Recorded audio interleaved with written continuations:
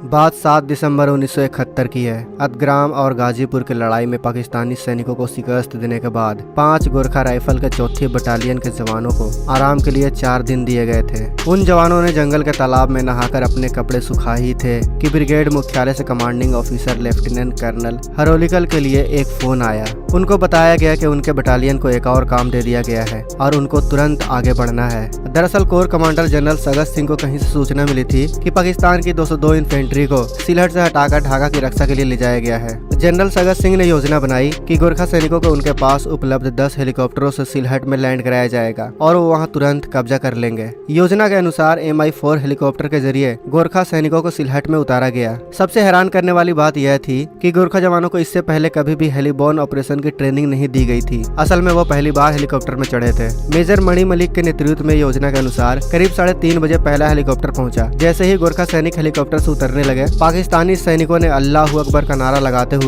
Helicopter पर हमला बोल दिया। गोरखा जमीन पर ही लेट गए। जब पाकिस्तानी सिर्फ 40 गज दूर रह गए, तब गोरखा ने जय काली आयो गोरखाली का नारा लगाते हुए उनके ऊपर अपनी खुखरियों से हमला बोल दिया। गोरखा का यह हमला इतना घातक और तेज था कि पाकिस्तानी सैनिकों ने डर के मारे भागकर 400 मीटर दूर एक गांव में शरण ले ली। आपको बता दें कि जनरल सगत सिंह को गलत सूचना मिली थी कि 202 पाकिस्तानी ब्रिगेड को सिलहट से हटाकर ढाका ले जाया गया है। पाकिस्तान के 313 ब्रिगेड को ढाका शिफ्ट होने के लिए कहा गया था, मगर वह ढाका जाने के बजाय सिलहट में ही आ गई थी। इसलिए जब गोरखा बटालियन के सैनिकों ने वहां लैंड किया तो उनका सामना 8000 पाकिस्तानी सैनिकों से हुआ था, जबकि वहां उतारे गए गोरखा सैनिकों की संख्या सिर्फ 384 थी। थोड़ी देर में ही पाकिस्तानियों को भारतीय सेना के असली संख्या का पता चलने वाला था। 9 दिसंबर की रात तक गोरखा सैनिकों को उतरे 48 घंटे बीत चुके थे। उनका खाना पानी तो समाप्त हो ही रहा था, साथ ही हताहतों की संख्या भी बढ़ती जा रही थी। उन्हें थोड़ा बहुत खाना उन झोपड़पट्टियों से मिल रहा था जिन्हें छोड़कर स्थानीय लोग भाग गए थे। भारतीय सेना को यह एहसास हो गया कि पाकिस्तान के 8000 सैनिकों के सामने भारत के 384 सैनिक जरा सा देर भी नहीं टिक सकते। लेकिन उसी समय एक ऐसा चमत्कार हुआ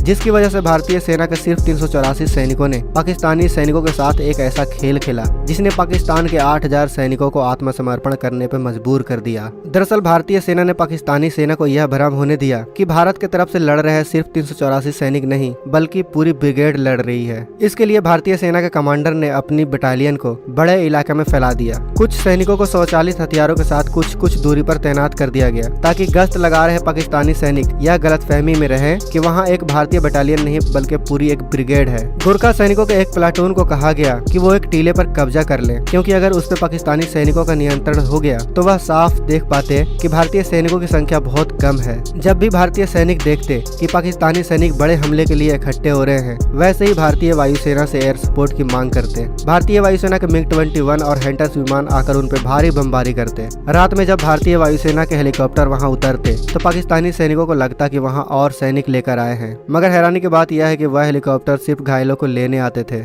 पाकिस्तानी सैनिकों को डराने और उनके अंदर खौफ भरने के लिए गोरखा ने अस्करिया गश्त लगाना और घात लगाकर हमले करना जारी रखा। इस बीच गोरखा के हथियार भी खत्म होने शुरू हो गए। इस तरह गोरखा सैनिकों ने सिलहट के मोर्चे पर पूरे 8 दिन बिताए। 15 दिसंबर 1971 की सुबह 9 बजे भारतीय सेना अध्यक्ष सैम मैनेक्शॉ ने रेडियो पर घोषणा कर पाकिस्तानी सैनिकों से हथियार डालने को कहा, क्योंकि पाकिस्तान सिलहट को छोड़कर हर जगह कमजोर था। जैसे ही आत्मसमर्पण की घोषणा हुई, 2 पाकिस्तानी अफसर सफेद झंडे के साथ आत्मसमर्पण करने गोरखा सैनिकों की तरफ बढ़े। इन अफसरों ने बताया कि उनके कमांडर गोरखा सैनिकों के सामने आत्मसमर्पण करना चाहते हैं। जैसे ही सी कंपनी के मेजर मलिक ने पाकिस्तानी सैनिकों को 1500 मीटर की दूरी से आते हुए देखा, उन्होंने कमांडिंग अफसर को संदेश भेजा कि उनके लिए क्या संदेश है। लेफ्टिनेंट कर्नल हरोलिकर ने आगे बढ़कर देखा कि करीब 1500 से 2000 के बीच पाकिस्तानी सैनिक जंगल के झाड़ियों में जमा हो रहे हैं। उस समय तक आत्मसमर्पण की कोई आधिकारिक सूचना नहीं मिली थी, इसलिए भारतीय सेना के CEO को पाकिस्तानी सैनिकों के इरादे पर शक हो गया। उनके मना करने के बाद भी पाकिस्तानी अफसरों ने भारतीय सैनिकों को लिख कर दिया कि पाकिस्तानी सैनिक भारतीय ब्रिगेड के सामने आत्मसमर्पण करना चाहती है। उस समय भारतीय सैनिकों को यह तुरंत अंदाजा हो गया कि हमारे यह दिखाने की चाल कि हमारे पास एक पूरी ब्रिगेड है, यह कामयाब रही। लेकिन उन्हें यह भी अंदाजा था कि अगर पाकिस्तानियों को इस समय भी पता चला कि उनका सामना भारत की आधी बटालियन से था तो हालात अब भी पलट सकते हैं। इसलिए उन पाकिस्तानी अफसरों से कहा गया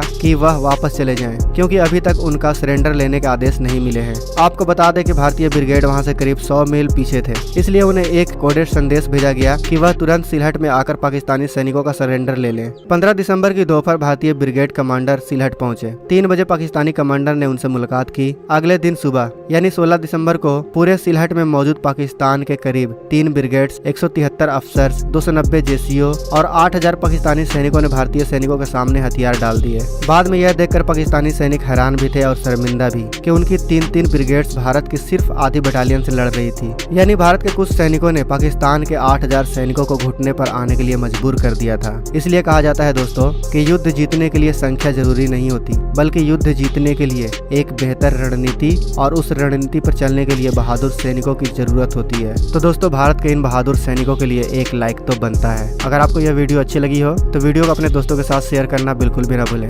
मिलते हैं नेक्स्ट वीडियो में, तब तक आप अपना और अपनों का ख्याल रखें। जय हिंद, जय भारत।